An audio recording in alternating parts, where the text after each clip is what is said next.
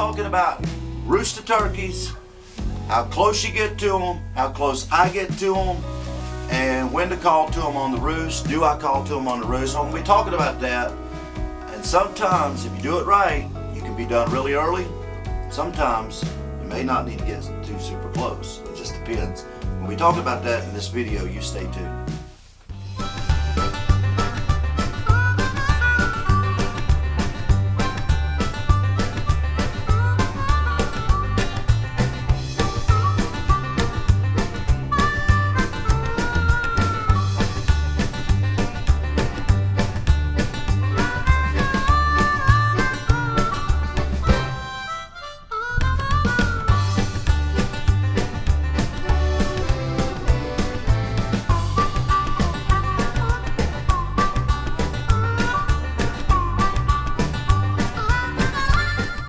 Let's talk about roosted turkeys.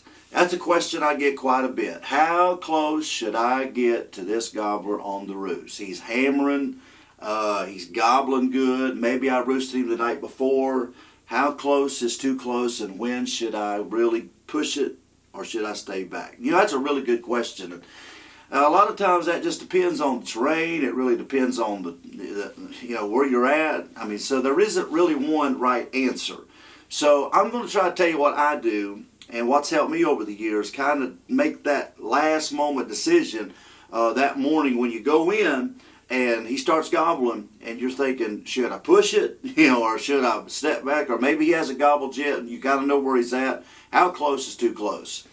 Well, first let's talk about the situations where you shouldn't go. Okay, because there's a lot of times when you shouldn't push it. Now, I know on television, I'm not knocking no TV programs, or I'm not knocking any you guys doing this, but listen, a lot of times, a lot of young guys and a lot of young turkey hunters, or guys just starting, they see these TV shows and these guys are pushing it right in, to the roost, and they can see the turkey on the limb, and they think, boy, they're getting really close, and that's what I need to do. Well, a lot of times if you have a real good experienced eye, you look at where these guys are hunting, and it shows you a lot of the reasons why they get super close, and you may not be hunting the same type of terrain.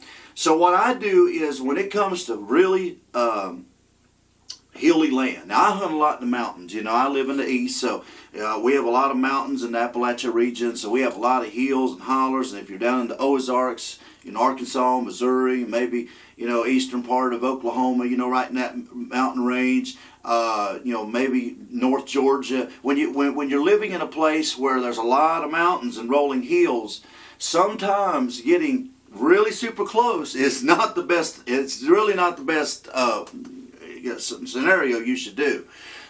Sometimes, no, not all the time, but sometimes I'll actually purposely set away and set back, 90, 100, sometimes 200 yards. Now, you heard me right. Sometimes I'll set back 150, if I have to, 200 yards. It just depends. It depends on the terrain. Because think about it. Turkey's up on the hillside. He's roosted. All right, let's say the foliage ain't all the way on. Let's say it's early April. And let's say, the foliage is still kind of, still kind of looks sparse in places. And it just ain't really got green yet. And let's say you're walking down the head of a holler going up this turkey, it's roosted, and guess what happens? Well, he can see on the forest floor a lot, probably better than you can up at a tree, even if it's a crack of daylight. He's out of there. He's out of there. Or if he doesn't totally make you out, but he sees something he don't like, he could shut up. And when he does fly off, he can fly another way. It's just too much of a chance a lot of times when when they're up high, or they're in really a terrain where they can really see. It's just really tough sometimes to get on these turkeys. I'm not saying it's impossible, because I've got right underneath them in the mountains. I'm just saying a lot of times, depending on the turkey, I will set back away and not get really close. But if I know where he's roosted at, I want that turkey to come looking for me. I want him to have to fly off and come looking in my direction. So sometimes I'll purposely set back 150 yards or 100 yards. In fact, last year, the gobbler I shot in Ohio last year, it was the second gobbler I killed in Ohio, I think it was. the big 23-pounder I shot. That turkey, I actually purposely done the very same thing. He was roosted on the side of a hill. He'd been roosted in the same place for about 2 mornings, been gobbling, and he gobbled one time. On the 3rd morning I went in there, I mean, he gobbled one time. That's it. They just weren't saying nothing. They, just nothing was hardly gobbling that week, but he gobbled one time, and I was headed in there, and when he gobbled, I knew exactly about the area he was at. But even though it was late season and the foliage was on, I got to walk across an open field to get to the side where he's at. All right. Well, this turkey had been coming into that lower field about 200 yards. He'd been coming in there for about 2 straight days. So what common sense says, why do I want to go push it where he's up high and he can see me coming for a long ways, possibly, or should I just sit down here where he's naturally coming? Well, yeah, of course. So I'm not going to get all TV guys on this turkey and try to get under the tree just because it looks better on camera. I'm going to set back away 200 yards. Even that's a long way for a turkey. But I knew if I was patient and I just sat there long enough, he was eventually going to come find me if I sat in that, and if I sat in his place he was already coming in soft call. Now, it may take him a while to get there, but hey, I'd rather to sit there and be patient and kill him than to go up there and maybe blow it at daylight. So, again, it just depends on the situation where the turkey's at and how, kind of how he's acting. If he's really gobbling really hard on the roost, then why do you want to go push it sometimes when you want him come looking for you? Now you say, well, yeah, but what if they got a bunch of hens around him? Well, that's a possibility. He may already have hens around him, and he may already, when they fly and pitch off the other way, he probably won't go with them. That's probably true. In a situation like that, you might push it, but you got to remember, unless you get in there super, super early, pitch dark, which you should, man, you got a lot of eyeballs, and even sitting there after daylight, you got a lot of eyeballs that can, be here and be here and be here, and we're humans, so sometimes we can move a certain way and waiting for these turkeys to pitch, and it's just a lot of chances you take. Whereas, and I know a lot of guys are going to disagree with this. That's fine. You hunt the way you want to, but I'm just telling you what's helped me. But whereas even if he pitches down and he goes with the hens, he ain't going to be with the hens forever. He ain't going to be there, all the time. He's going to breed them hens. He's going to pitch down, breed them. And a lot of times if you're back here calling, say, 100 yards or 150 yards, he's going to remember where that hen up here was. And when he leaves these hens, he's going to come to find you. So even though it may be a quick hunt, if you could get right underneath them, and they pitch off. But what if they don't pitch off? You have to think about how many times have you sat, and Lord knows this has happened to me, how many times have you sat right here where you can see turkeys in the tree, and you're tree calling, we'll get to that in just a moment, you're tree calling to him, he's gobbling, man, he's gobbling, he's looking for you, he knows that hen somewhere around, and all of a sudden you hear and he pitches right over your head, and he sails over your head, and now he's behind you. Or he's over here, and now you've got all this movement you got to make. So now you're in a pickle, right? Now you're just so the setup's wrong. Now that happens. That happens to the best of us, and Lord knows that's happened to me before. Whereas if you was just away from the tree, if you was just away far enough, even if he did pitch off, you could have been back here in front of him now, or you could have been somewhere else where you could have moved and a little bit later and set up and kill him in the right side. So it just depends. If you want to roll the dice and hunt him, early and kill him early, get as close as you can. If you have time and patience, I like to sit back away and not get really super close. So more times than not, during a spring season, I don't really get super close to turkeys. When I say that, I'm talking about 70, 80 yards or under. I like to set at least 70, 80, 90, 100 yards back normally and try to get him to come find me. All right, let's talk about when you do want to get really, really, really super close. When I try to get super close to turkeys is when I know that it's going to be a terrain problem to move on them. Now, if you hunt a lot of open farmland, say, you hunt Kansas, or you hunt open farmland, North Missouri, you hunt a lot of these places where it's just really open woods, you know, the trees ain't real close together, it's just really sparse and open. Boy, that's them some of the toughest turkeys to hunt. Why? It's not that the turkey per se is a tougher turkey as far as just him being a turkey or smarter. It's the fact that the terrain is so hard to move because it's so open. All right, so what happens is when he's down on the roost gobbling, he's down there gobbling, and he's really talking to you, and man, he's, you know, gobbling at owls, and he's gobbling at crows, and he's doing all this. All right, what are you going to do? It's flat, it's open, everything's just exposed. So it can be tough. Well, now you got a choice to make. You going to stay back here like we prior talked, 80, 90, 100 yards? Or are you going to try to get super close? I'll try to get as close as I can. I'll try to get 30 yards from a tree if I can, and in the pitch dark, and get under him if I can. Why? Okay, he can see. In the mountains and the hills, sometimes they can't really see, super far away out there. So he got to come looking for that hint. But you're down there, let's say you're down there 80, 90, 100 yards in open farmland, open pasture. Maybe he's roosted on the side of a field, and you're sitting, on the, up here in the woods on the opposite side of the field. He knows he should be able to see that hen out there. He knows in open timber where he can see way out there. He knows he should see that hen that's making that noise. He knows, and he don't see her. And a lot of times he'll pitch right down. I've seen him pitch right at the base of the tree they're roosted in. He'll pitch right down, or he'll pitch just off to the side. And what has some of you turkey hunters that's hunted a long time seen? He'll hit the ground and he'll start displaying it. He'll strut. He'll do his dance. And he'll stay right there. And he'll gobble his flipping head off. And you're sitting back here, 80, 90, 100 yards, going, well, Matt Dell told us to sit back here 80, 90 yards. And the turkey's just strutting, and all of a sudden he just don't come.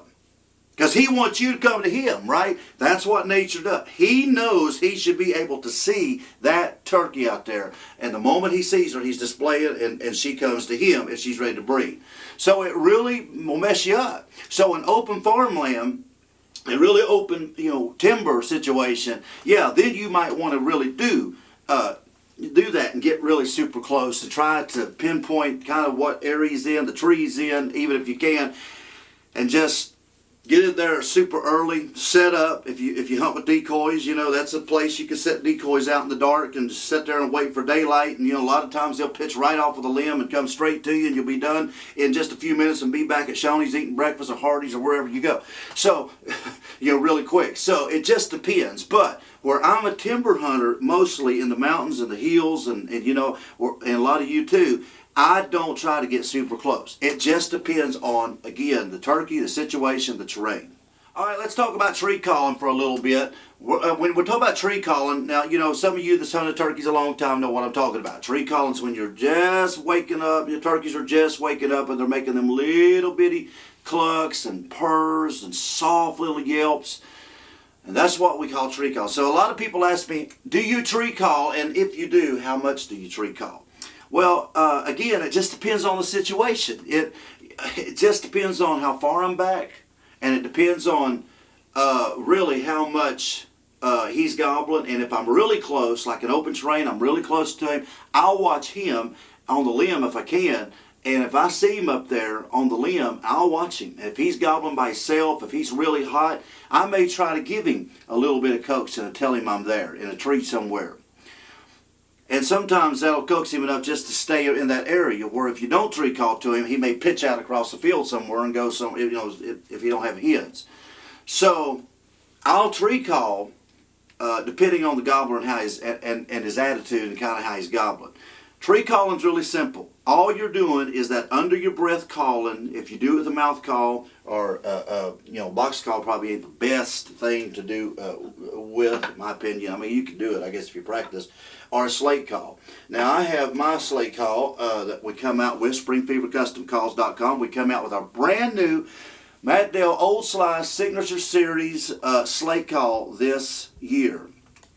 So you can do a mouth call or you can do a slate call, and I think they make the prettiest street purrs probably out there. If I'm really close to turkeys and I'm really, like I'm within, if I'm within 50, 60, 70 yards and they're under, I can see them. Sometimes I try not to use a slate call very much because I don't want my hands moving. I don't want to be fooling around. But you can still use a slate call. I'm just saying, you can put it on your leg like this. You can put it on your knee or something like this, and you're just, that's all you're doing. Just little bitty. You don't want to get, you don't want to get loud. You don't want to be doing that stuff. This is tree calling right here. Maybe a little bitty yelp, maybe. Little stuff like that. All that is that hen's just waking up. That's all she's doing. She's moving around the limb. She's stretching. You'll see her wings stretch. But most of the time, I'll do this with a mouth call because I want my hands free and I don't want to be moving.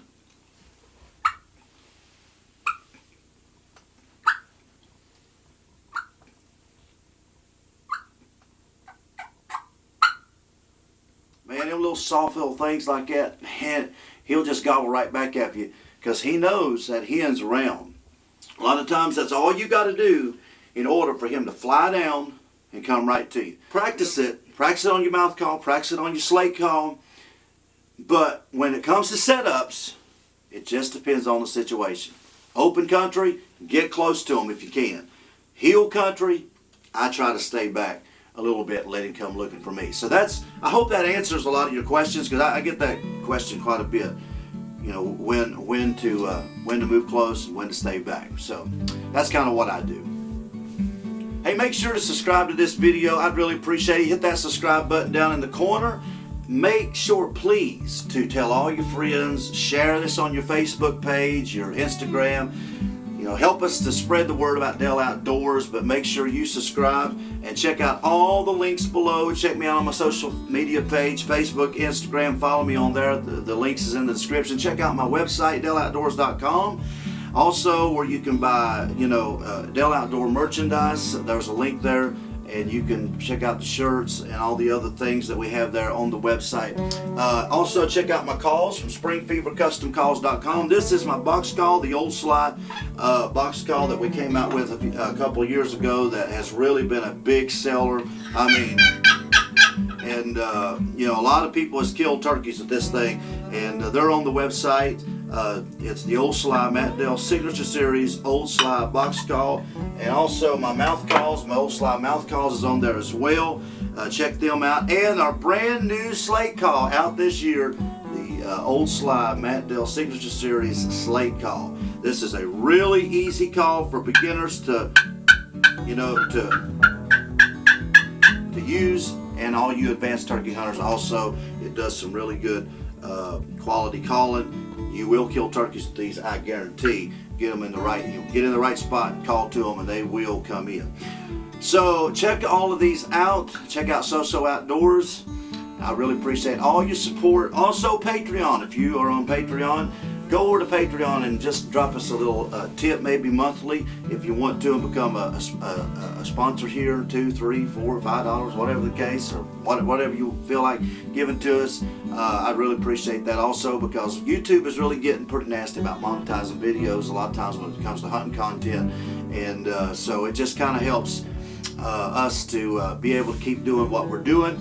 So I appreciate if all you would do that. So until the next video, you keep practicing them calls. We're about a month away. So some of us 2 months or longer, but keep practicing, and this could be the year that you turn into a great turkey hunter and start killing them big old gobblers for yourself. You stay tuned until the next one.